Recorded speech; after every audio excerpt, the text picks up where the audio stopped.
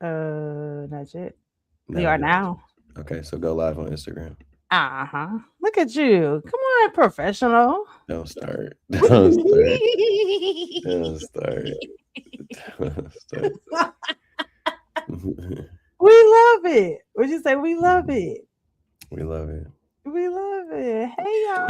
I actually miss interacting on Instagram. yeah, because it's like I love the conversations we were having with people. And Oh, then we would have our celebrity guest stars show up, which I don't I care. know. People know me; they know I really don't care. But Pastor Leviticus is funny. That's Leviticus is funny. But they can still hear it. And I tend to keep up like I'll tend to like have like my Instagram up on my phone sometimes in front of me where I can Okay. still see what they're saying and I can kind of bring it in. So yeah. I have mine to the side now. I didn't do this before, but I'm gonna do it now to try to. Go ahead. The people don't get hey y'all. Happy Thursday. Hey, It came quick. did. And it came quick and we got some stuff to talk about. My Yeah. goodness. Our podcast, our latest episode is out. If you have not checked it out, I'm gonna tell you now, if you've been having issues communicating with people and you start wondering if you are the problem, I'm gonna highly Mm-hmm. recommend you listen to that episode. Mm. And that episode is called You Do Not Communicate, You Compete. And in the Mm-hmm. South, we say your mouth is a problem. Mm. I had Mama laughing earlier, Jared. I told Mama, so we're preparing too, guys, for the Oneness Bible Study tonight, and it's so exciting. So please make sure y'all hop into it. I know we'll talk about it throughout our time today, but I told Mom, I was like, Mom, Jared says I be talking like shit and sharp, but Mama them said. I swear. Mm. But this conversation was really really good, and so it really made me go back with some different lenses and just kind of think about, okay, the way that we do communicate and why we do, and um the emotional piece that's connected to it, whether it's our nervous system or if it's just sometimes we try to oversell what's already been sold. Now, I don't know if that's ever been Mhm. somebody's problem when you try to oversell what's already been sold. It's like people already believe in you. They already care. They already love you. Are they already understand why you still going back and forth about the same Mhm. things? Mm. Mhm. Yeah, this last one was really good. It was we communicate, but we don't compete, right? Yeah. I mean, we don't communicate, we compete. Yeah, we don't communicate with people. Yeah, it was a good one. It was they're all so good.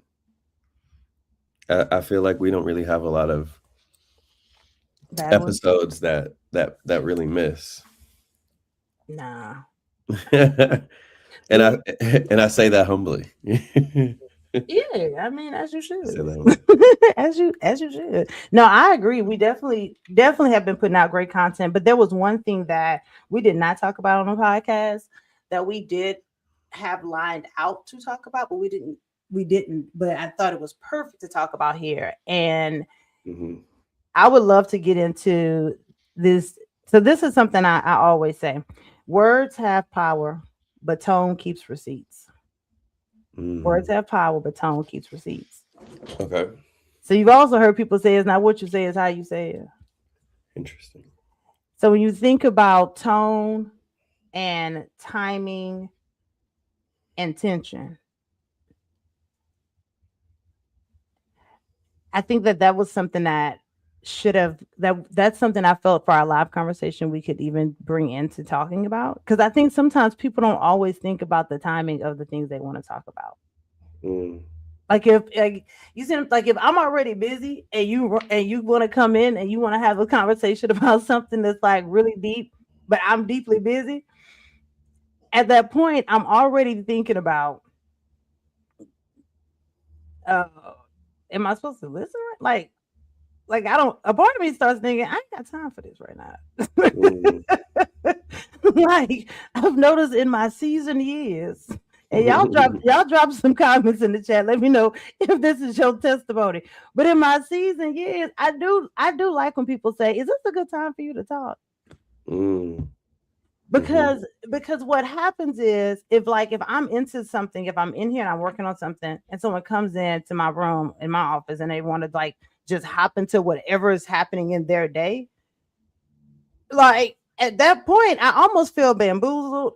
And so the way that I reply back to that situation, or whatever the person is saying, it mhm, may not come across as loving or as focused as they may want. And then they'll be like, "Well, you're not paying attention anyway." And the whole mm, time I'm thinking, but you didn't ask me if this was a good time. Like, you saw me, and because I was above ground, you mhm, felt like this is a good time. You ain't dead. Let's talk about it. Like, no, like mhm, this is mhm, not a good time. So mhm, I find myself sometimes, and even when my boys do it, like they can hear I'm in here doing something, and they will walk in and start a conversation mhm, about in my world. I'm like, that is absolutely nothing. That could mhm, like, because it takes so long for me to like once I stop to like tune into whatever it is you're talking about, now it takes mhm, me like 30 minutes to get back to where I was. So I mm, think that that's something that's really important that sometimes people don't always think about, is mhm, like the timing of the things you mm, want to talk about. mm. Timing. Timing is really important. Um, Tone is important. I think the greatest receipts we could ever keep is to really know the heart of the person. Mm-hmm. And I think because we can listen from emotions instead of listening from the heart, Yeah. tone will always have to be regulated, and a person Mhm. will always have to step out of the authentic moment that they're speaking from, because that's where they Mhm. are. And Yeah. they will always have to reposition themselves to meet you in your emotional discomfort because you're in tone, because the heart doesn't know the intimacy of the person. Mm. If I know you and I understand you and I see you, tone doesn't have to be adjusted because I already know what the tone means because I know you. There are certain tones in which God speaks where Yeah. when we know him, we know his heart. Mhm. And there's been certain tones that God has spoken to me, and I was like, "You sounded different." And he was like, "Because this has different meaning to me than other conversations." That's good. Okay, so let me learn you. When God's tone changes, then this affects him differently. Mhm. His perspective towards it has a completely different substance than something else. And so I think I love that response. Tone keeps receipts, but I think the greatest receipt we could ever have is to know the heart of the person. And Yeah. that way it keeps freedom present when Mhm. people are expressing themselves and the authenticity of the moment. Now, we're not accepting abuse. We're not accepting someone trying to dominate us in any way. And the way that we do that is even like we just use honey is like a thing that I always try to use is like whenever someone is being in a state where I know that they're in a state of defense or Mhm. offense, honey is the only way that somebody can bring themselves to a calmness Mm. where people can actually get back to the place where, hey, we're valuing each other in the conversation. And I think the way that we get in trouble is because we value our opinion more than the relationship. We value being right Come more than the on. person. We value our values more than other human beings. We value our stances. We value our faith. I ain't gonna never let nobody come over here and disrespect. And I'm like, well, who are you to speak on God's behalf? Does God feel disrespected? You know what I mean? So like we're so easy to be offended and Mhm. be in defense, and both are closed heart states because we don't communicate or connect to dive into the experience of the other person because we're too anchored in our own. Mm. I cannot see the other person if the only person who demands to be seen is me in the conversation. Ooh. Come on. Y'all. Look, the people comment and everything.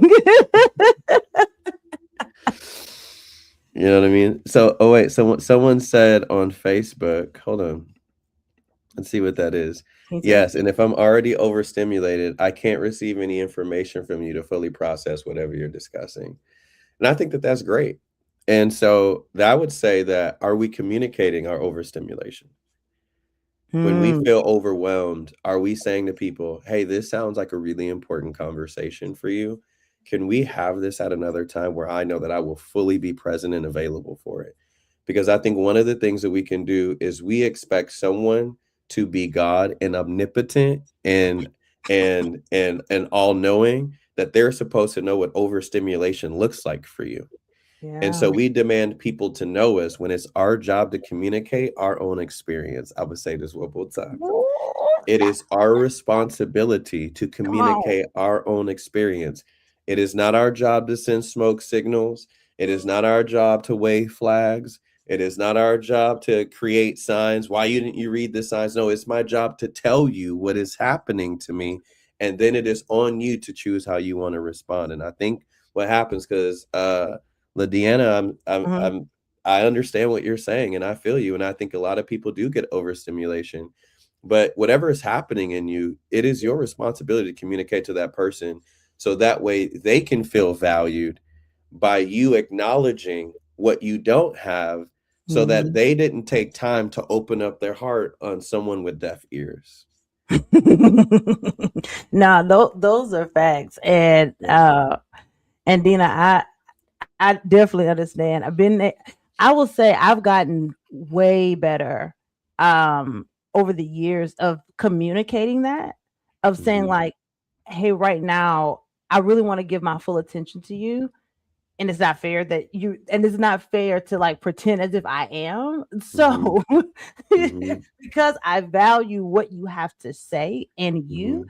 can we talk about this in a moment? Yeah. Or like let me but I'll schedule it. Like Mhm. and so Dina's my one of my best friends. We've been friends over 20 years. She know I'm gonna put Mhm. everything on the calendar, baby. I will put a conversation on the calendar. Let me put that on the calendar. Mhm. Because like that signify if you're on my calendar, that already signifies importance. Mhm. Because the only things that are important are on my calendar. Mhm. Because those are things I measure and manage. Mhm. So if I ain't measuring and managing, then it ain't that important. So I do Mhm. tend to do that because people just want to know when. Some people just like baby face. They just want to know when can I see you? When can I talk? When can my heart beat again? Want to know Yeah. when because Yeah. they don't mind like they don't mind rescheduling, right? They Mhm. don't, but sometimes they really do just need to know when. And I think when people don't know when, that's when the problem comes, Mhm. because now they're like, so I'm never gonna be able to get my point across. You see what I'm saying? Mhm. Or they're gonna feel like dismissed, right? Mhm. So having that time to say, well, this is the time that I've got carved out for us to do that, that shows intentionality, Yeah. if anything. So Mhm. now I agree. Erica said on YouTube, she said being able to communicate overstimulation requires a high level of maturity. Yeah. Ooh, child, not a high level of maturity. So, okay, so let's talk about maturity and why we're able to communicate maturely because we have Hmm. to have foundation. You know, that's important to me. Absolutely. Our Same. maturity to communicate, to state where and what we are. Hmm. Here's a common thing that I think stands in the way. It is a common roadblock. Hmm. People think that another human being has to make them feel safe to express their experience. I would also say this is that when God is our safety, Hmm. because I'm already depending on God's counsel for what I need to communicate. When I get to a human being, I'm already in safety because I'm already talked to God and he's told me his position and response based on my vulnerability. Hmm. So now when I'm in expression with a human being, I don't need you to create safety for me to tell you where I am and what's happening to me Yeah. because I've already worked it out with the only person who can make me safe, who is God. So when we're speaking from the maturity of I depend on the Lord for what he Hmm. declares and decrees and believes, about Mm-hmm. what is happening to me. Now, when I'm in human exchange, there's no dependency of the other person to be a certain way because I'm already in the way that I need to be because God has already counseled me.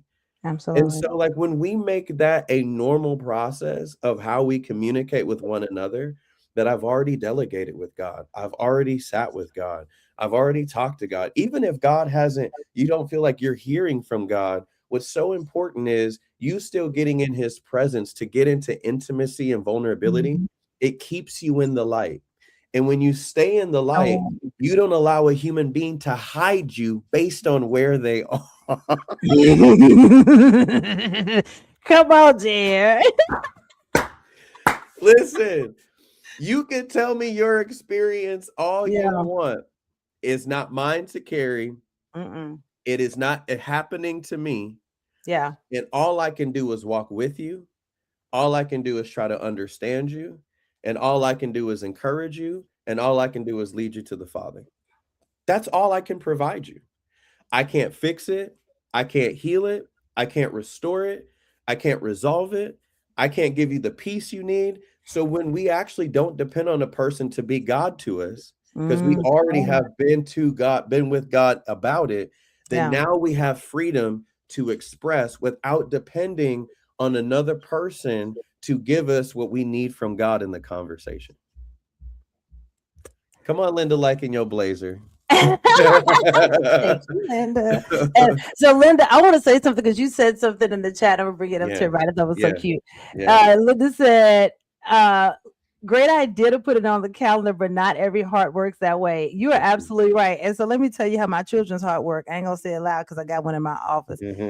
They will put it. They will tell Alexa, Alexa, Alexa. They will tell her. If I tell them we're gonna talk about it in 20 minutes, they will set a 20-minute timer. They are not beneath it. They Yeah, will keep me honest to what I said. I'm dead. I'm They dead. do it. They so that because it keeps me honest. Because like if I'm already in if I'm into something already and someone comes up and they want to talk about it, and I say, oh, Mhm, give me 20 minutes. mhm. At that point, we say give me 20 minutes. That 20 minutes could be 2 hours, Yeah, right? mhm, So it keeps me honest. So before I just say, well, give me this, just to kind of like get you off my case to let you know I heard you. I'm gonna come back to that. I really think about, okay, how much time do I really need to give to this task? Okay, I'm almost done with it. I can really stop here and let me give this. Right. And it can be intentional and honest because mhm. that level of intentionality that goes back to that part of what Jeremy said about knowing the heart of the person, right? Mhm. And Jeremy does have a cheat code while he's telling y'all he don't know what to say. Let me go. I'm gonna go tell y'all right now. Write it down. Use this every day. Y'all ready? Hold on. I'm about to give it. So this is what Jer says. He'll say, I want you to hear my heart on this. That I want you to hear my heart Yeah, yeah, on this. Because he yeah. just said, you know the heart of the person. So Mhm, what takes you out of your head? When I always say mhm, when you rest in your head, you can't rest in your mhm, heart. In your head is mhm, where you overthink and you ruminate and you tell mhm, yourself these stories about what they really mean and what this person really said and why they act on like you have a whole character moment mhm. going in on it. Yeah, When honestly, you're not listening from the heart. So you're not yeah. listening from a place of love. So when Mhm, you can't listen from a place of love, then you're not going to respond from it either. mm-mm, So when we start the conversation of I want mm. you to hear my heart on something, that person Yeah, also is like, okay, this is them having I'm important in this moment, or whatever is happening is important. But it also brings their mind to the heart because the mhm, mind is all over the place. mm. But it brings their mind to the heart. So y'all go use that. I'm telling y'all that works. I'm gonna call Jay. Jay, I want you to hear my heart. I'll have to walk y'all through it because it's those words can be said to create invitation, Come but on. if you don't know how God produces that in you, then you'll abuse those words to manipulate conversation. Don't be manipulating people. So, and people don't even know that they're manipulating half the time because they're just getting what they need, which is to be safe and to be heard, right? But Yeah, like, absolutely. so I think like to eliminate that, is A, is God has to show me how he shows up that way towards me. Because remember, I I'm not like something that has never existed before. I know we love like our Correct. uniqueness and it's dope. But our uniqueness all comes from God and what he already is. Like That. there's nothing unique about me that's not in God, right? Like Yeah. God didn't like form Jeremy outside of himself and then put parts of him that is. All of me is from him. Yeah. So when I see how he operates, and I'm like, God, I've had a lot of situations where I was expecting you to come a different way, and you were so gentle. In your response towards something that was like, man, I really fell short in that. Like I really hurt people in that. I really Mm-hmm. brought a lot of pain to myself. And where I thought command and instruction and principle would come, he like met me in the depths of what was hurting me. And it Mm-hmm. and it was like the most gentle response. And I was like, how are you this way? So when we have an awe and wonder about what comes out of the mouth of God, how could you speak to why how are you the way that you are? It's a question I always have asked God for the last 25 years. How are you the way that you are? And when Mm-hmm. I'm with him, God's like, well, Jared, when I look at your heart, I already know from the time that you were born, when you were in the womb, the pain that was already being caused to you all the way to now. I've already looked at all those things. Mm-hmm. And I know that why you did this had everything to do with that, and you didn't know that that was still affecting you. Yeah. So how could you expect me to be angry or mad or come as this forcible general-based army militant dad when I know something has plagued you and that you're not guilty of because you didn't do it to yourself? Mm-hmm. And so now that I know that God sees me that way, well, guess what I start doing for other people? Man, I wonder if people know that when they're communicating, there's something that has stung them in their life, and they don't even know that what they need from the other person came from something that happened to them years ago. And Yeah. they're not even aware that it's still hurting them. Mm-hmm. And so they need everybody to walk on eggshells because of something that broke in them that nobody else is responsible for. So we come up with languages Mm-hmm. without our hearts being searched. Yeah. You know what David says that I love in Psalm 139? Search my heart, examine my man. Lauren, if we had a practice with Yeah. God, God, will you search my heart and Mm-hmm. show me the things on the inside that are still ailing me and hurting me that I'm carrying over from the dead person you saved? This is gonna be a revelation for y'all because I've been sitting in this the last few days. So let me hit y'all with some new stuff God been hitting me with. Because Lord, to go ahead, she didn't open me up. Come on. When I say, let me share what's on my heart, what God is revealing to me through those words that I say to others and things that He says to me in that language is God is like, Jared, so many people are living from trauma and pain that came from the person that died when I saved them. Mm-hmm. When you became a new creation, whatever pain and trauma happened before then is not a part of the new creation. Mm-hmm. So, whatever happened to you in your childhood, I'm not saying you can't go back and walk through that with God.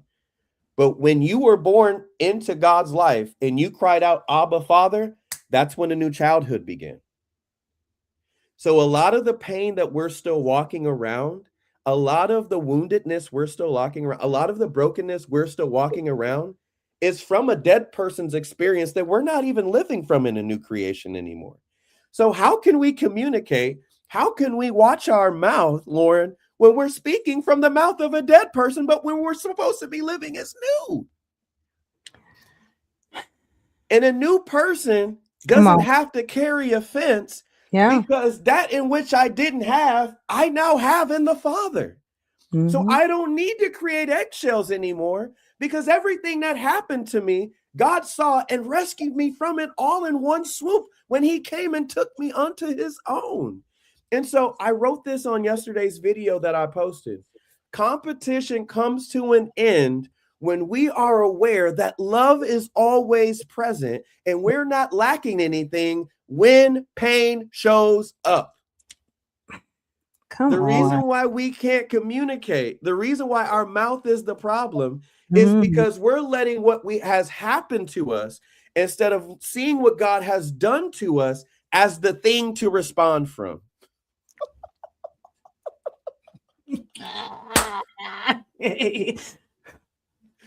Bro, Lord, did you hear what I said? Yes, Let me say it yeah. again. Let me Say it say it again. again. Let me get. Let me say it again. Let me Come say it on, cause Linda said the man dead. again. The man, that man is dead, baby. Listen, the reason why our mouth is the problem, Yeah, for out of the abundance of the heart, come the on. mouth speaks. The The mouse reason speak. why there's a problem in the heart, the mouth is the problem, Mm-hmm. but the heart is the root. And you Come on. can't fix the problem in the mouth until you cut off the root in the heart. And the root in the heart, Lauren, is that what we're needing from people, Mm-hmm. it can only come from God. The Bible says, "For man cannot live on bread alone, but every word that Word. proceedeth from the mouth of God." But you know what we're depending on? We're depending on every word that proceedeth out of the mouth of people, and wonder why it can't satisfy the heart, and wonder why it can't produce a peace that can't be taken away, and wonder why it can't give us a joy that can't be stolen, and wonder why it can't give us a life that has no corruption and all of this woundedness and brokenness in. People can't give it to us because their word is not the mouth of God. And so when my heart is filled with what God says, what God decrees, what God believes, Him communicating about my life and what He believes about my life, now the abundance of the heart is filled with His declaration. And so now when my mouth speaks, even though pain and things are happening in real life, it doesn't overcome Him declaring what is in me. And that is how we get over the mouth and the heart being disconnected. That's Mm-hmm. sowing corruption, and that's sowing transgression, that's sowing resentment, that's Yeah. sowing abandonment. As soon as you prove that you're not safe, I'm out. Well, how do you know that they are not safe? Did 'Cause you we're ever not. figure out that this person doesn't know what your definition of safety is if you haven't told them? How are they supposed to know? And what feels safe for you may not feel like safety for them. Everyone's subjection of safety is different. And we never think to have that. You know what? I realized this person has no idea what safety means to me. We never think about that. Well, Mm-hmm. guess what happened when God is the one declaring all the things about your life and everything that happens to you in your life? You start to see people's heart before you need something from them. Mm-hmm. And then guess what? You realize the thing you need from them, you don't need because you already got it in God. So now when we communicate, Lauren, whenever we talk about things, you want to know that there's a freedom and there's not a pressure because there's no need in this. Correct. No, all this stuff that you guys are seeing, Bible study, workshops, one day retreat, all this stuff that's being produced, it's just coming from me and Lauren enjoying God together. That's it. That's all. I know she's wanted to have so many strategy meetings with me, and we will have one, Lauren. I know we will. But you know No, what's so beautiful? With very little strategy, you see what the Lord has unearthed of us just walking with Him. yeah. And There's that's been no the wonder need. of it, because There's He been no has a need. plan. He has a plan. And like what's so beautiful is we get to see, like, man, God, what do you want to talk about this week? God, what do you see in the world that you want to declare? What are the things that you think that people really need to hear? And what are things that people are believing you're saying, but you're like, I didn't say that. So now what Lauren and I are walking in, our mouths get to be filled every time we come on this podcast with what Mhm. God is believing in His heart. Because out of the abundance of God's heart, oh my God, I want to know what is abundant in God's heart that causes Him to speak the way that He speaks. Why is there no corruption in you, God? Mhm. How are you so safe?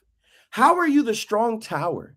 How can you be able to erase everything that has happened according to man and remember it no more? How can you be that forgiving? Why is there no guilt or condemnation in you?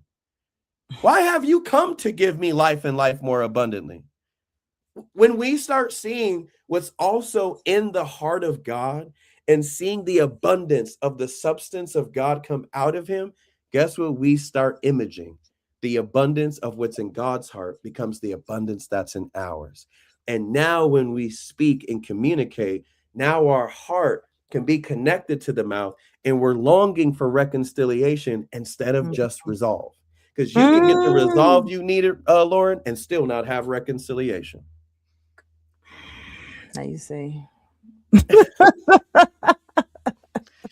I'm telling you, man, it changes the game on how we communicate. There's so many different levels that the world doesn't even display because it ain't coming from God. But it's, and let's put the pin there. It's not coming from God, and it also doesn't profit them, right? So you Correct. think about the division. Right. When we divide, then Mm-hmm. now it's like that's profiting the world. Yeah. That's not profiting the kingdom. And so Mm-hmm. that becomes the issue. And the reason the communication piece is so Mm-hmm. important and it's so critical Mm-hmm. is because that's what connects. Mm-hmm. That's the Mm-hmm. connection piece. Yeah. And so when we talk about being a bridge over troubled waters, Yeah. Yeah. that your what you say out of your mouth is that bridge. It Crazy. connects. It Crazy. helps us to truly understand because no one can see what your mind is thinking. Mm-hmm. Like I mean, you walked in Walmart. Oh, I know what his mind thinking. You don't I have know. no idea. So you don't know until someone says. And then the word reminds us that we overcome by the word of our testimony. A word of our So testimony. when you're sitting there saying, well, you don't know what I'm dealing with. Well, I'll never know because you never said it. You never said anything. So as soon as you say it, guess who gonna know? Guess you're gonna know. And guess what that's going to do to someone else? It's going to Yeah. get them to take. Can I unlock the shackles? Now I like the shackles. Come on. Can I unlock the shackles to call you free? The Yeah. reason people are in bondage and locked up is because we're whispering when we should be yelling. Mm. Yeah. So because I don't know how this affects you, how this is showing up in you, how is it? Because we're not talking. And so Mm-hmm. we stay trapped. You just We stay unlocked trapped. something. And then the body Mm. The Go. body keeps score, Yeah. even though you trapped. Yeah. And so this is really this is why communication is super powerful, and it's also why we have to be careful with our words, and this is why Yeah. we need to spend time with God to Yeah. understand, because the healing, the cheat codes and all in this is when you Mm. spend time with the Father. Mm. He doesn't just heal your heart; he heals your mouth. Mm-hmm.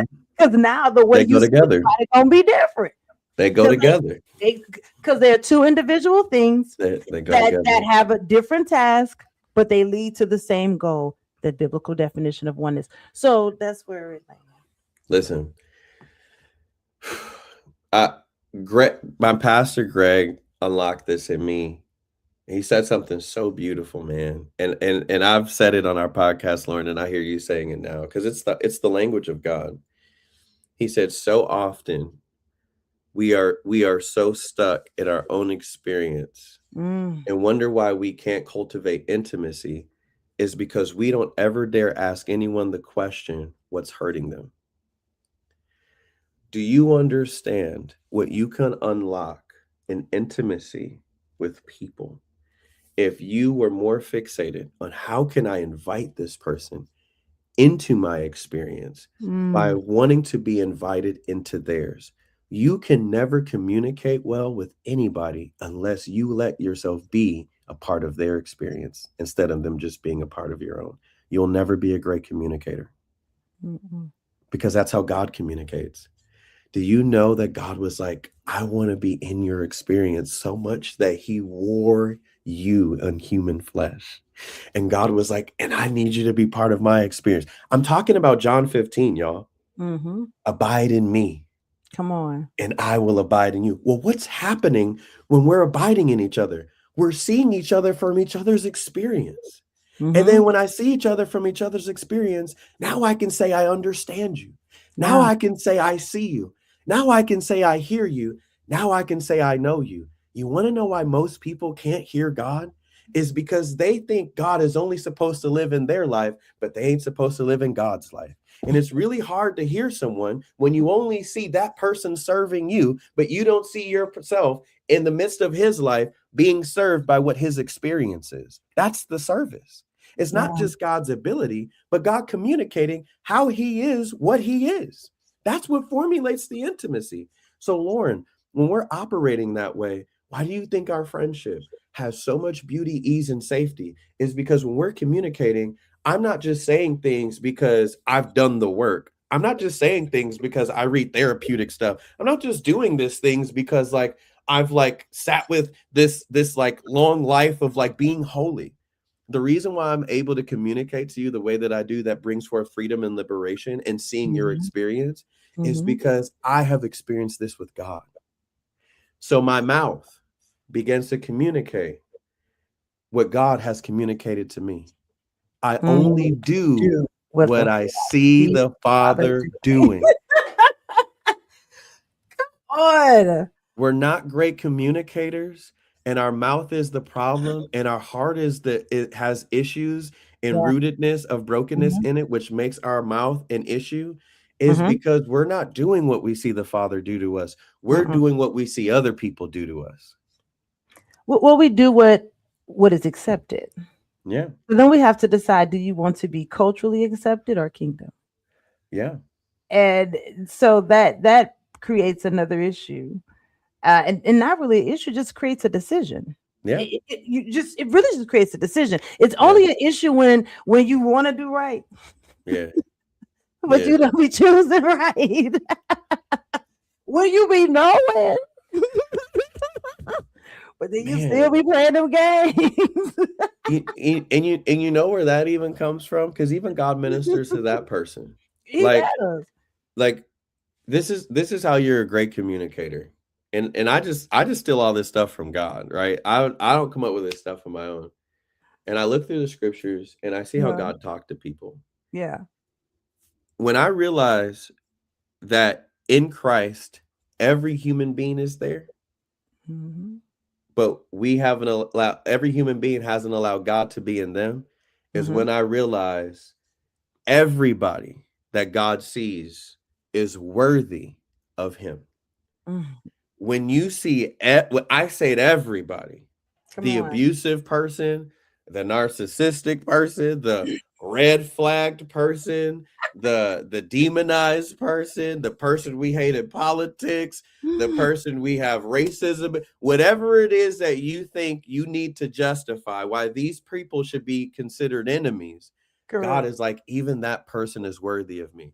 When Yeah. you have that Mhm. embedded in your heart, I even start to talk to that person very differently because I start talking to them about what God believes about them. When I know what God believes about somebody, I realize I want to treat them with a set of value because they mean something to someone. Mhm. I love God, but the love that I have for God can't even compare to the love that he has for me. Yeah. But when I see that the same love that God has for me has for another person who's not even aware of it, it makes me care for them even more.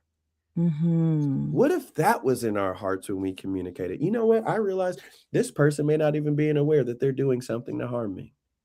Yeah. What if the conversation isn't about setting right the thing that they're afflicting upon me? What if the way of reconciling this conversation is seeing what's actually been afflicting them? Because that's what they're responding from. They're not going to never change. I was like, man, who are you to declare that? Who are you to declare that? Yeah. We decide the fate of everybody based on what they can or can't be to us, and wonder why our mouth is the problem. Think about things that we've said to people. Uh-huh. Mhm. Think about how we've walked away from people. Think about and I love this topic because I know you'll enjoy. Let's just talk about dating. You want to know why dating is so hard? Dating is so hard because people who are looking for a partner are expecting a stranger to know what they've been through to get to this point.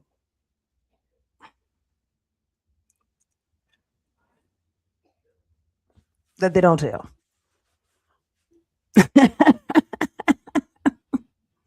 They expect a stranger to show up because you wrote it down on a list to God. And this person shows up. You think that God was sitting there telling this person, this is everything that they went through. So when you show up, this is how they know. Only God can do that. God is not going to do that to a person because God already is that person. He's the only one that was sitting with you while you were going through it. But the reason why we can't have successful intimacy with other people and strangers is because we are literally demanding a person to only know what God knows. And then we reject him and wonder why people would rather choose filth than covenant. You know what's interesting about filth? I'm not subjecting it. I'm just telling you why people are after it. Because people can be honest about how nasty they are, and it's accepted. They're vulnerable about their perversion, and they choose each other. But somehow, we'll walk through seasons with God where we're experiencing transformation and newness, and we think we have to guard that testimony from someone because we think that the testimony will bring forth pain or someone can take advantage of you. How can someone take advantage of you for what God did to you, not what this person can do? How can God free you from everything that you've been through and show up to a person who's interested in you and defend the goodness of God? This is great. Like, this is ludicrous. Like, how people are so jaded on social media, and people I know personally, but how they show up withholds them from receiving the thing that they long for. If you know that God kept you during that whole time, don't you think he'll keep you while you're meeting someone new? Don't you think that you should share that testimony? Because that testimony itself will shine light on who the person is. Oh, my God. Listen, come on, what did the demons do when Jesus showed up? They was like, oh, we don't belong here. Listen, they gonna flee anyway, right? Let the goodness of God in your season of life be the thing that shines on someone else. Yeah. But we're so guarded about how a person shows up, and we get mad that this person stays surface because we have a door so locked that we can't get to a depth with you. And then we blame the other person for being surface. So let's go in there. Let's go. We're going to hit every form of our human experience that's standing in the way of keeping us into the experience where our mouth can start declaring things that brings us into intimate experiences with life. Yeah. Okay, let's go, Lauren. Go ahead. Your turn. So I think it goes back to that control factor. Yep. So if you don't respond the way that I want you to, red flag. If you don't do, like, I think we're looking for people to be an answer while we still walk around as a question, and that becomes a problem.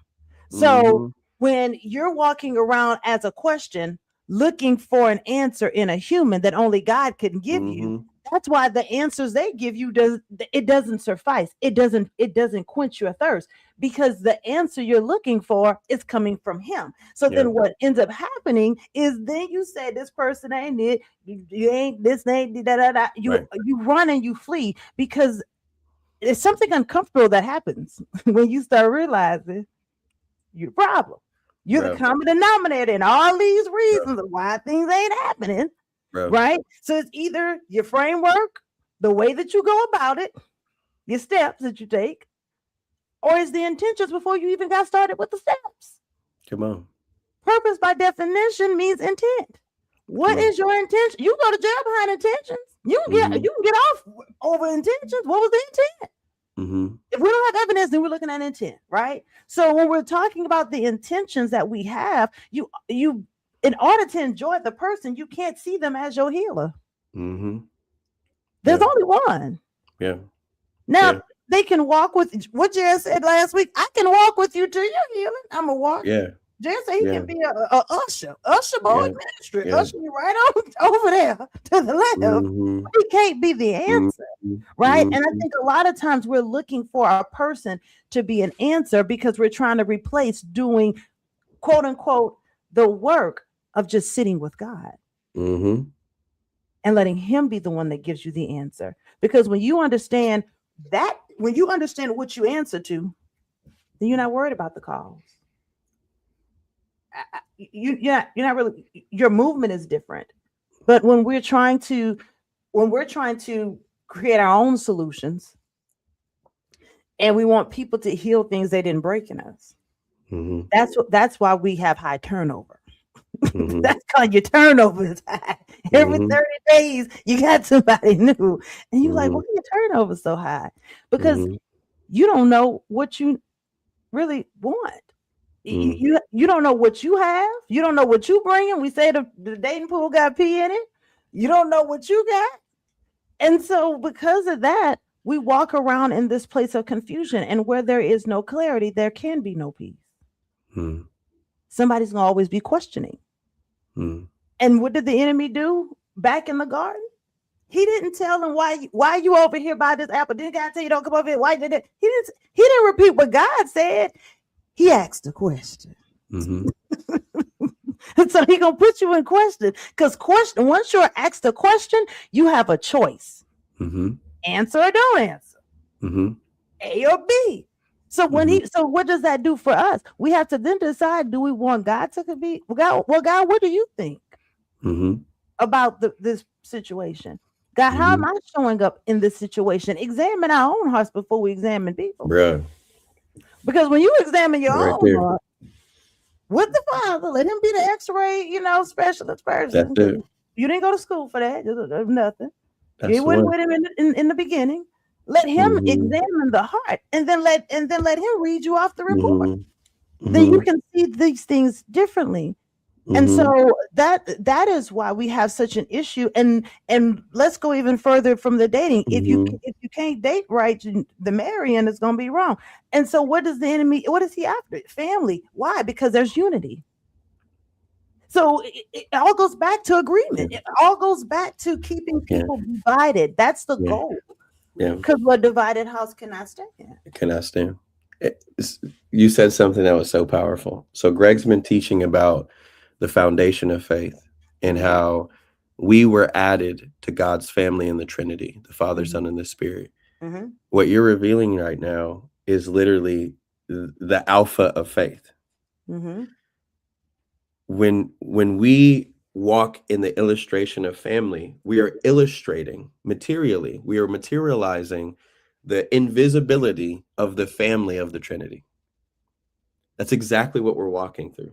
Mhm. So you know what the enemy wants people to do who have desire for romance and desire for marriages? They want the family to be made from their own image. Hmm. And the family already has an image. So guess who becomes the visionary for the family? The woman does. Guess who gets to define what a man is supposed to be in the family? Hmm. Everybody else does. Come on Guess there. who gets to rear the children into what they're called to be? The results of society and the world does. Mhm. So everything that's being formed into what we desire about family completely opposes the original royal family in the Trinity. It opposes it. Yep. And wonder why when we have it, it's so easily divided and torn down because it doesn't mirror what family means to God and what family God has been in. Mhm. And so, once again, what you're saying is so beautiful, Lauren. When we're communicating with one another, the mouth being the problem because the heart has disconnection, the heart Yeah. has unbelief, right? Those two go Mhm. together. Yeah. Like we're not sitting with God to examine. Mhm. Man, you know what? Could it be that the Hmm. reason why I am so high achiever and I love doing all these things because it is a mask that I actually have to sit with myself about the things in me that I don't want to actually deal with. Ooh, what are you using achievement to get over? So many people have busied their life and they're obsessed with Mm. laboring because they do not want to sit with themselves to see the death and the sin that's in them. And when I'm talking about, I'm not talking about behaviors, I'm Yeah. talking about not being with God. Yeah. So many people don't want to sit with how much they are terrible gods to themselves. So many people want to present an outward expression of their life being excellent, but on the inside, they're orphans and they're living in poverty. And they don't want to reveal it because they don't want to sit with themselves to reveal that they actually need God. Because the world has told us to boast in our weakness is an offense. The world has told us to boast in our weakness will actually cause you to be rejected. But it's the trap. It's the trap. It's the trap. Paul literally said, I boast in my weakness. Yes. So that the Lord's perfect strength is my sufficiency. Man, what would happen, Lauren, with our parents, with our friends, with our church members, with people that we want to date, if we just came out and said, this is my weakness. Yes. This is my struggle. This is what I am walking with God in to iron out in me. We could really choose a person for where they are. We can really honestly show up.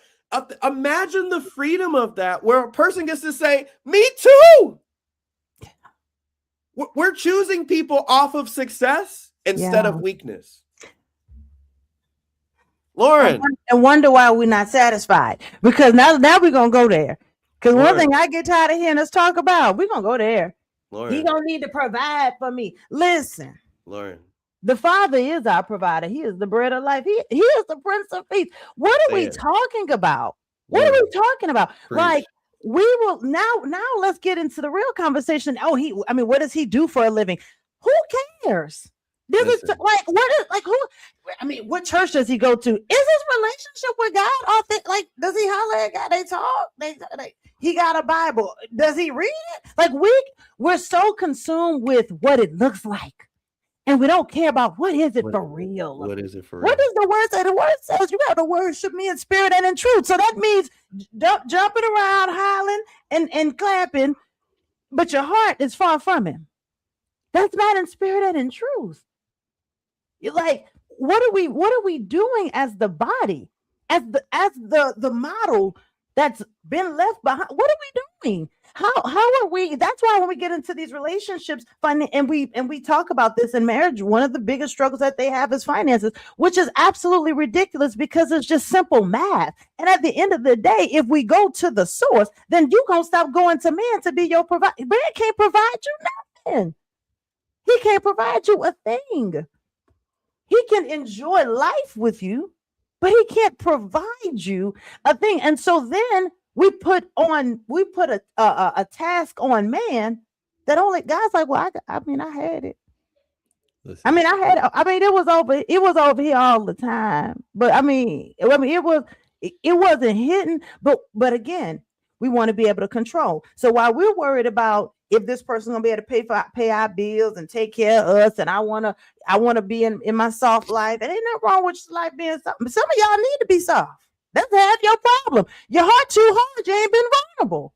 Some of you need to be soft so you can walk into the gentleness of God's love and be able to receive it and be able to enjoy it and not feel like it's weird when someone wants to hug you and embrace you and care for you and tell you that they love you and they love you without needing. One of the things that I learned on this beautiful journey that I've been with God for so many years now is how to tell people I love them and not care about if they had to say it back to me, because me loving them had nothing to do. Me telling you I love you is not because I need you to tell me that you love me back. The moment I need you to tell me you love me back, I don't love you. I want you to satisfy something that is a lack in me. And that is the issue. That is the issue. So I don't really love you. I just want you to solve the lack in me. Because that's what we do. So what do you say, girl, when you said I love you? Well, he didn't say nothing. What you mean is that I didn't tell you I loved you because I needed you to tell me it back. I told you I loved you because I love you. There is an abundance. There's an overflow. I'm not lacking love. I tell people all that I work with all the time on things. I'm like, I love you. I love working with you. I love being in your space. It's not about the work that we do. It's about like, I enjoy the time, the camaraderie, us communicating, us working on things together, us laughing, us getting to know each other in intimate ways. God goes everywhere. So if he's in you and you in him, then why y'all you cut off on Sundays? Monday he gone.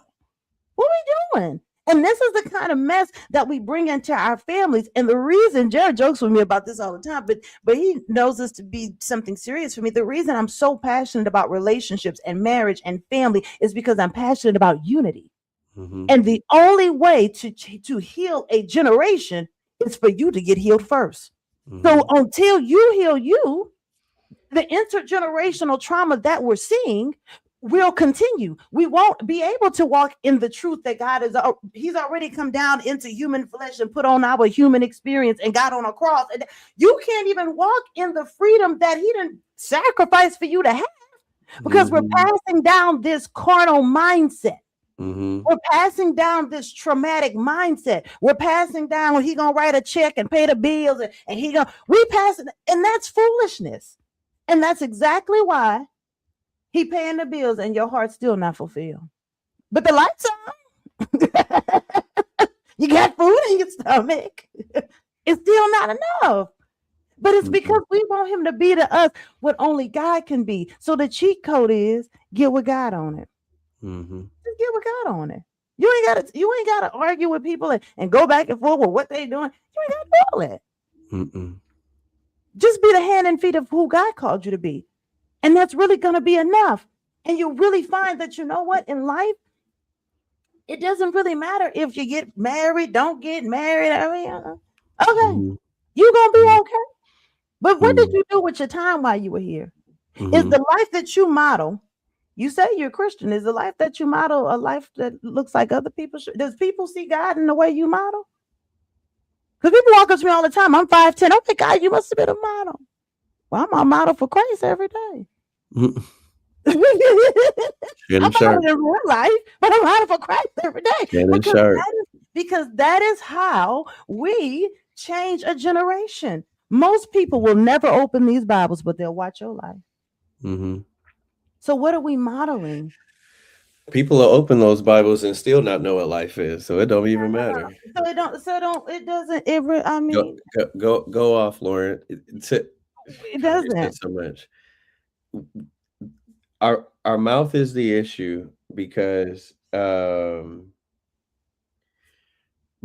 heart believes that if a person can prove that they can steward a dead thing, then they have a quality that comes from life.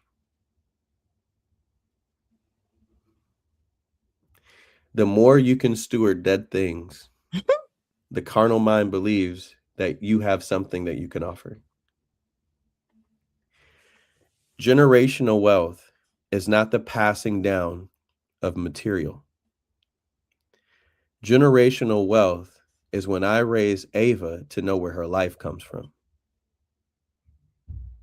Generational wealth is when I let my daughter know that God has removed the sting of death from her life and she lacks nothing. Generational wealth is when I tell my daughter who's sick right now, and whenever she's not feeling well, I tell her to talk to God about it. Whenever my daughter feels alone, I tell her to go read her the prayer that I wrote with her, to go sit with God, that she can believe that God is with her. It's impossible for her to be alone. Mm-hmm. The reason why our mouth is declaring dead things is because our heart is ruled by it. We say we know God, Good but if boy. you only see sin as the issue, I would say you don't know him. I really believe it. I mean, like, I really believe you don't know the Father. Like you don't. And so, and that isn't a space of judgment and condemnation. What that creates an opportunity is, okay, solution. What is the resolve for the mouth being the problem? Is that we get our hearts to wonder about life. Yeah. Not about pain, Mm-mm. about life. Mm-hmm. And then I start wondering, well, where does life come from? And then God says, it comes from me.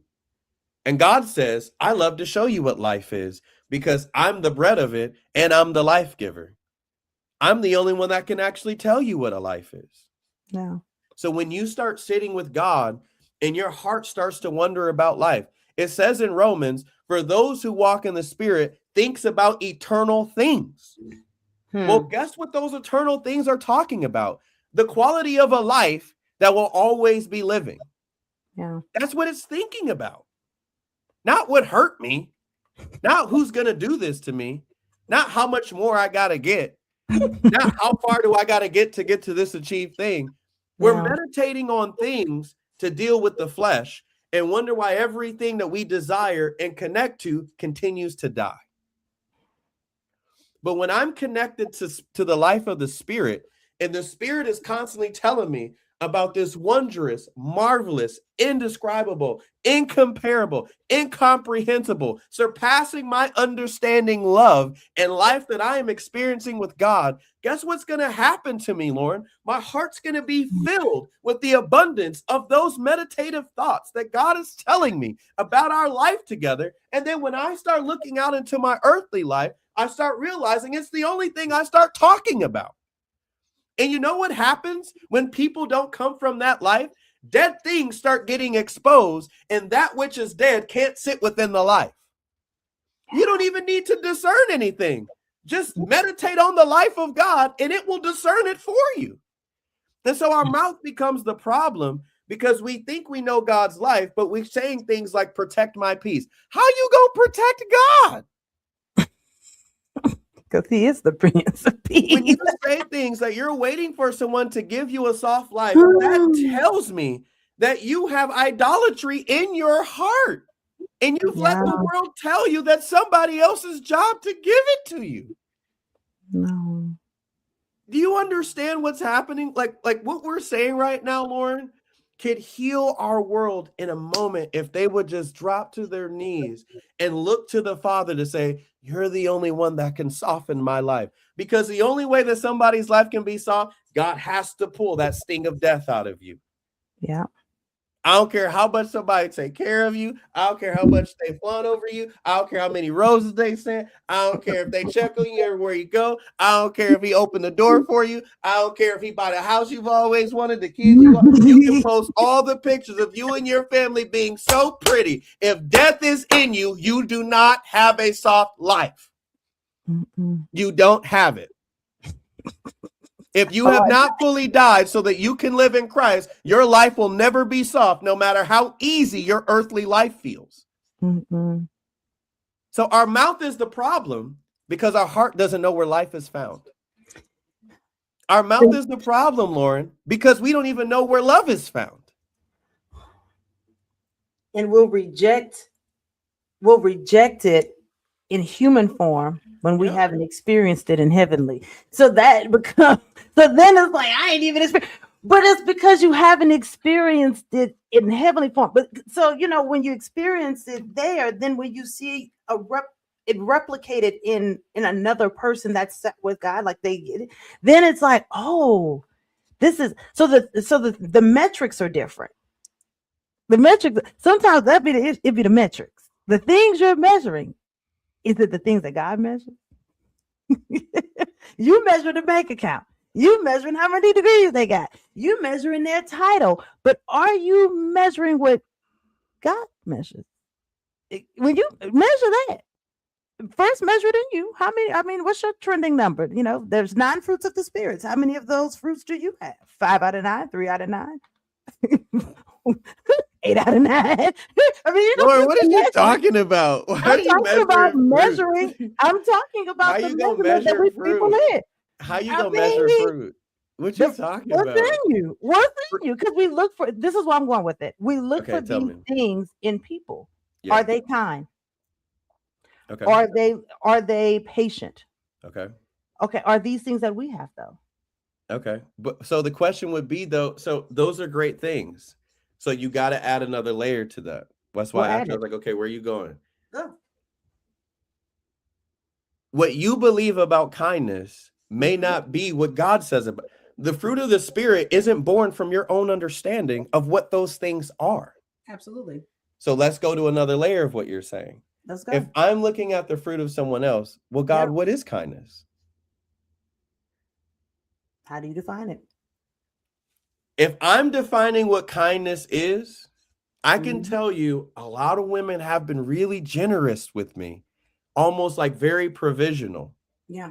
But whenever something happens in my life where I'm longing for someone to sit with me and walk with me, Mm-hmm. they don't have the capacity because they have not touched that part of themselves or let God touch that part of themselves. So, how can they be kind where it matters most?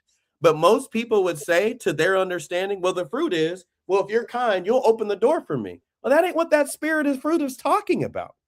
So, No. we'll use carnal experiences to Mm-hmm. define what only the spirit can tell you what is true about the thing. That's the layer I want to add. Okay, now let's go for what you're going to say, because I was just like, all right, well, let's go. I yes, see, I tell y'all, Jared's my chat GPT. See, I'm just saying. you know yourself. I be like, I'm, Jared, come on, I'm just saying. God, you perfect. But Yeah, keep going. you're Keep going. absolutely right. Right. Yeah, When we think about, even when we go back even to talk about kindness, right? And like, okay, so where do we, if we're only doing what we see our Father do? right. David said, "Who am I that you're mindful of me?" Yeah. Even when like these things have happened, bad, these things that I've done, these choices, you still mindful. You still see me as man after your own heart. Mm-hmm. Do we still see people that way after they didn't harm, quote Mm-mm. unquote, Not only just what they harm not just what they've done to us, others, but what life has. Do you know we judge people and spew out poisonous things on people for what life has done to them? Yes. Man, people have really been through some. Sorry if I start crying, but people have really been through some really hard things. You're not apologizing for crying. People have been through some really hard things. Yes. And because we have been through hard things and because we came out on the other side from our own perception, Come on. we think because people are still walking through what happened to them, something's wrong with them. And so we Mm. reject them. Mm-hmm. And then we start saying weird stuff like, man, I'm so glad that I'm surrounded people who are putting forth the effort to build their dreams and become millionaire. So because people have to labor the way that you labor, they're not sufficient enough for you because they're not in the same space as you. So now we classify relationship and friendship.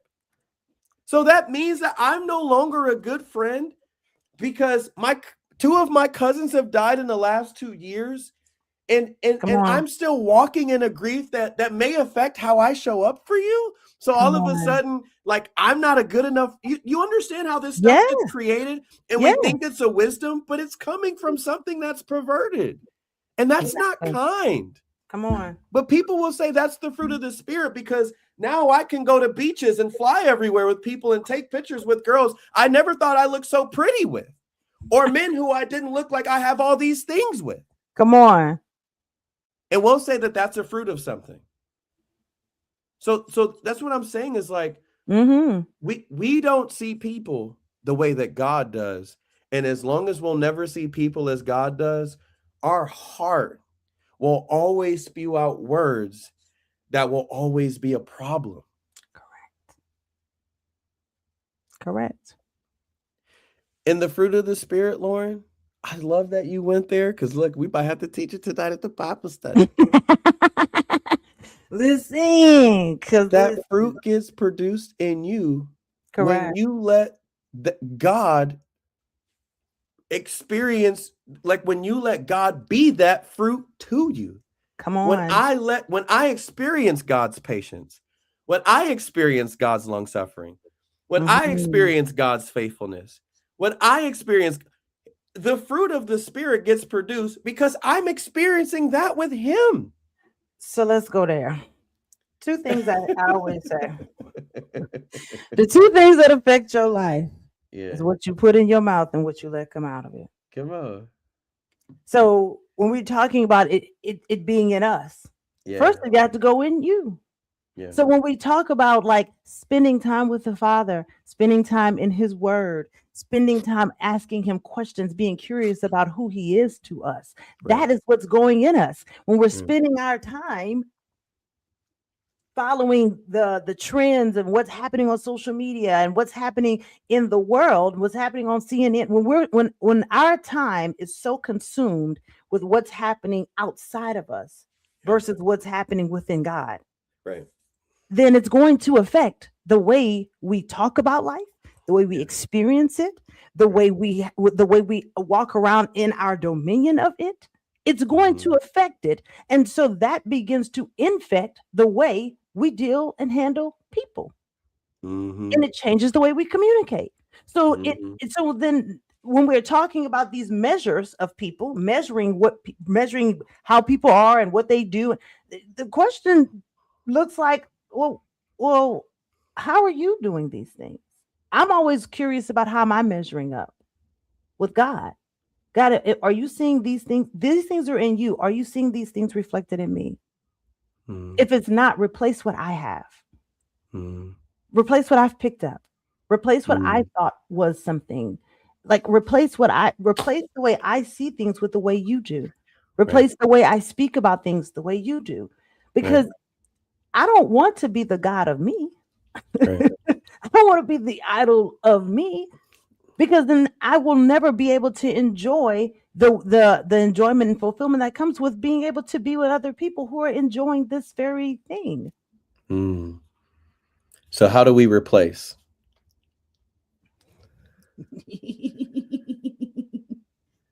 Well, you first have to understand what the thing you're asking God to replace, how does he define it? Mhm. A lot of times I ask God to show it to me, and he'll bring me all over that Bible Mhm. of what that looks like.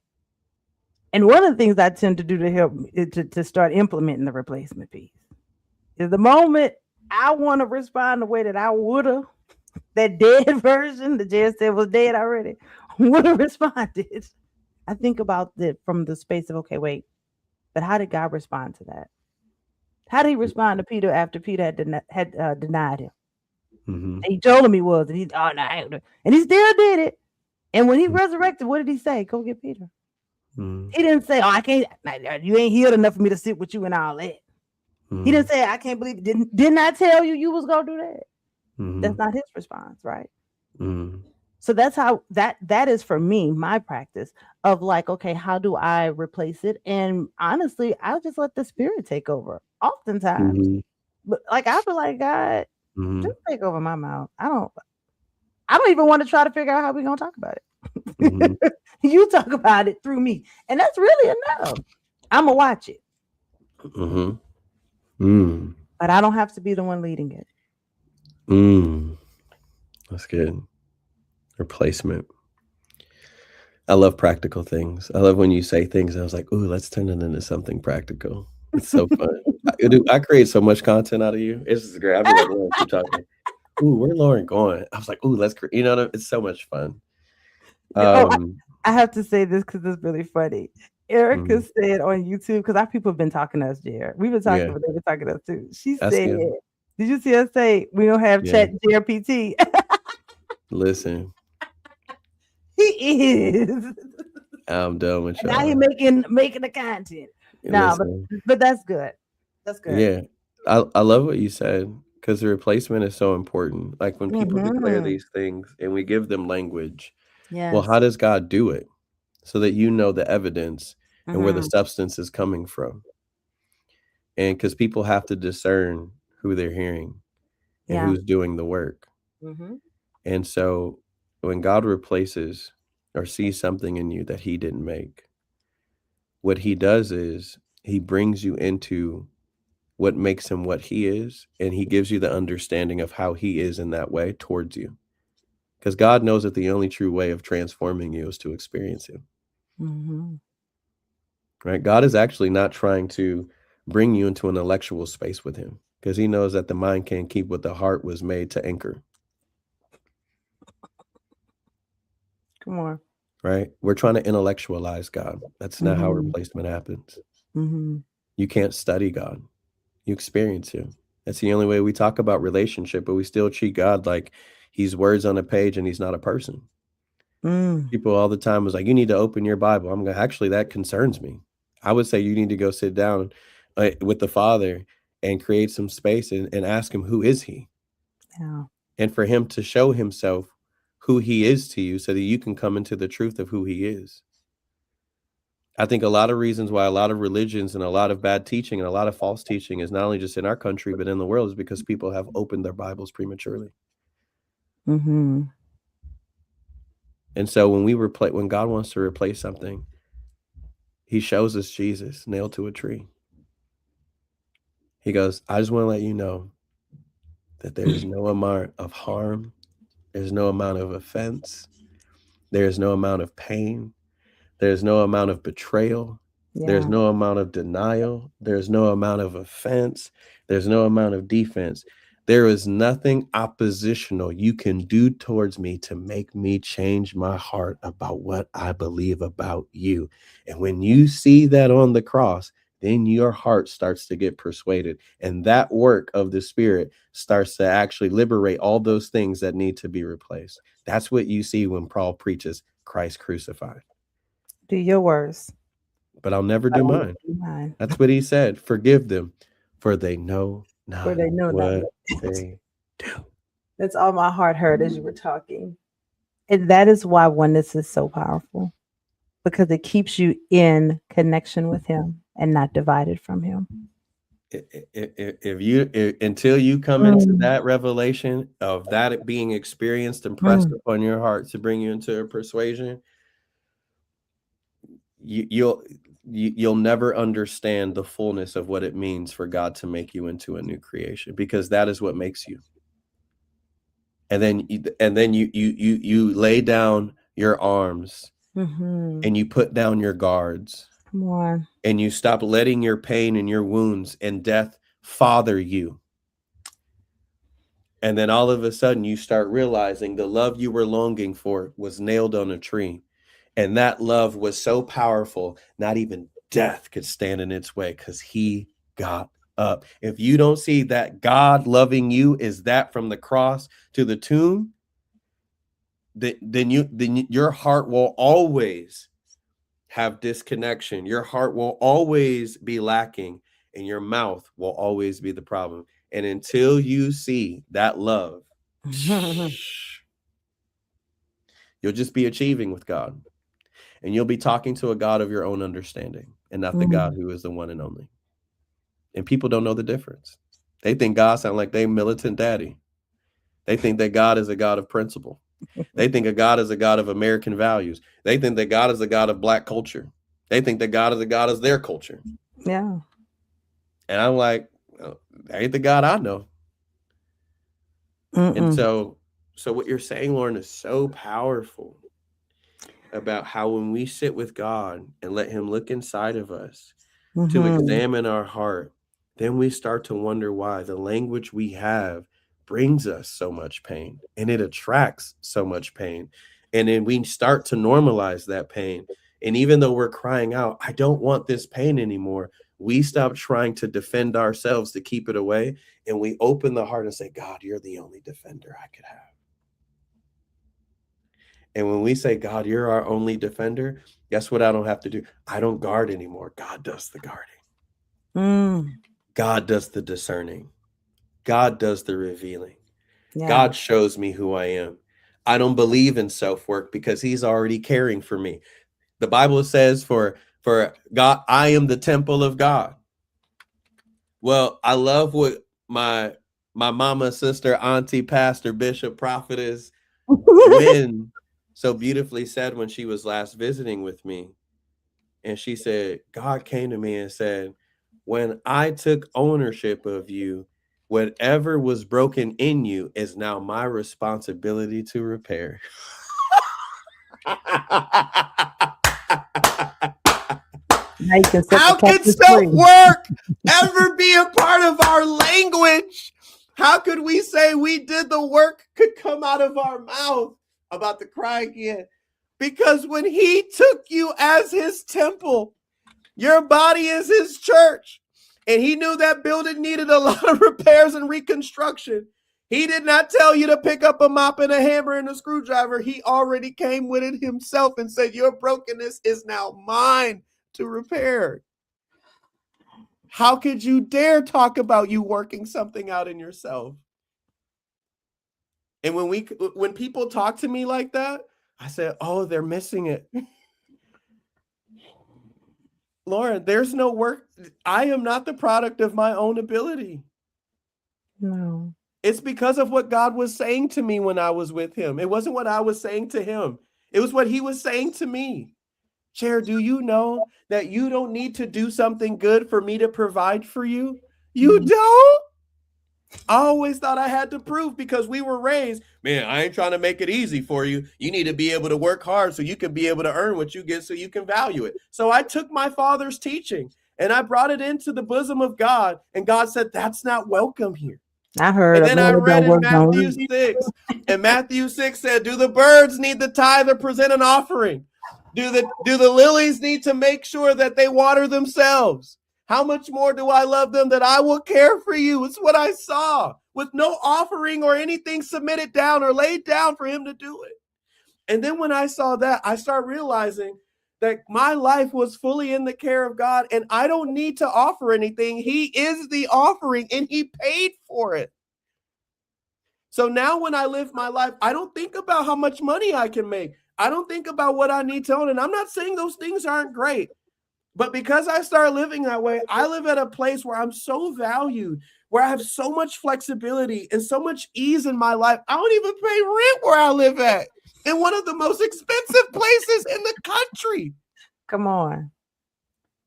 It's free. When God is the provider and you truly depended upon his care, you really die to the world telling you nothing in life is free. I promise you life with God is. When you start to believe that and you start to experience it, your mouth will declare something different. And it'll no longer be a problem, but it'll be a garden. And every time you speak, seeds are planted. Come on home. Seeds are planted. And When I God declare provides things over increase. people, Come I on. believe God's best for them. I don't care what they did to me. I believe God's best for them. So even if they don't get to experience it with me, they're going to experience it with God at some point. Because I want everybody to know that they were made for this. And that's the mouth that God has given us to declare over people. You did this, though. You started going into fruit. And I was like, see, this is what come on happened. over here, D. That's my closing argument. Yeah. Y'all share the live. It's Share been the an hour live. and 22 minutes. May it land in front of the eyes and hearts that need it the most. Bible study tonight. Oh, come on. I Listen. dropped the link too. I did. I dropped the link in the chat. It's in the thing. Lauren has never done a Bible study with me, even though we talk a lot about God together. I would say this is gonna be a lot of fun. I love creating environments and spaces where all of us can go into the Word and be challenged by what God declares about Himself. And Lauren just had to bring a book into it. I don't know who wrote it, but we're gonna dive through this book that somebody wrote, and we're gonna add it to the study to help us navigate intimacy with the Father tonight. So I'll let Lauren surprise y'all and lead y'all into that. You know what? You're gonna come home, okay?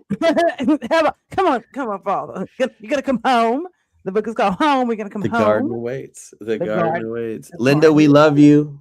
So Linda, please make sure y'all. Yes. What you about to say about Linda? Hey, Linda. Linda, thank you for ministering with us. It is always a pleasure. Look, y'all don't understand. So Linda is a part of our church network. Linda, listen, Linda. Listen, Linda. That is Listen, Linda. I'm gonna get her shirt. So the way that Linda has reverence for the life and love of Father, to have this lady even bless us on our comments. I want to thank you for always showing up. Stacy, all of you guys that are Lauren's friends, Erica, the people that I've met, man, you guys, man, like you make this Q&A so much more tasteful and impactful when we're all united in it together. I love the way we do this. I look forward to every Thursday with y'all. Yeah, listen, because if y'all ain't never seen a seed planted and God give the increase, y'all know I didn't know how long Jay was gonna make it, but here he is. God provides the increase. You see, right there in prime time. But I'm cracking up. Remember, I know you are. Go ahead, crack up and come on back. I'm here. Come on back. So no, but tonight's Bible study group, we're gonna be doing it every other Thursday. So it'll be every 2 weeks. It's 7 p.m. Central, 5 p.m. Pacific, 8 p.m. Eastern, because it is virtual. So that means people from all over will be on this, will be on the call. It's gonna be a great time. And it's not just a call, but it's a community. It's a space for us to just come and all of us be able to open our hearts and all of us be able to come home. And that is why the provisional book that will be, reading from, having in lieu of walking with God, is called home, because I don't know Mm, anyone that doesn't want to go home. mm, So, and home is where, not just where the heart is, right? It's where love resides and where our Father is. And so, excited about that. And make sure you register so you'll get the link. Well, you can get it added to your calendar. And for those of you who are like, I can't make it tonight, listen, just sign up. The replay will go out to you. So that way you do not miss a beat. So even if you can't make it tonight, it is not a problem, child. Sign yeah, up. The yeah, replay will go out. You'll get a yeah, copy of it every single week. So whatever time you can dive in and put us on your calendar, you can right. always come in live and enjoy the experience. But I do know that God is going to meet us there. And tonight we're going to be talking Yeah, about undeserving. And so I cannot wait to dive into that conversation with all of you and just to explore your heart and explore love with you. And that's it. And that's a see wrap. y'all. See y'all tonight. If not tonight, I see y'all next Tuesday on the episode. Bye, y'all. Peace.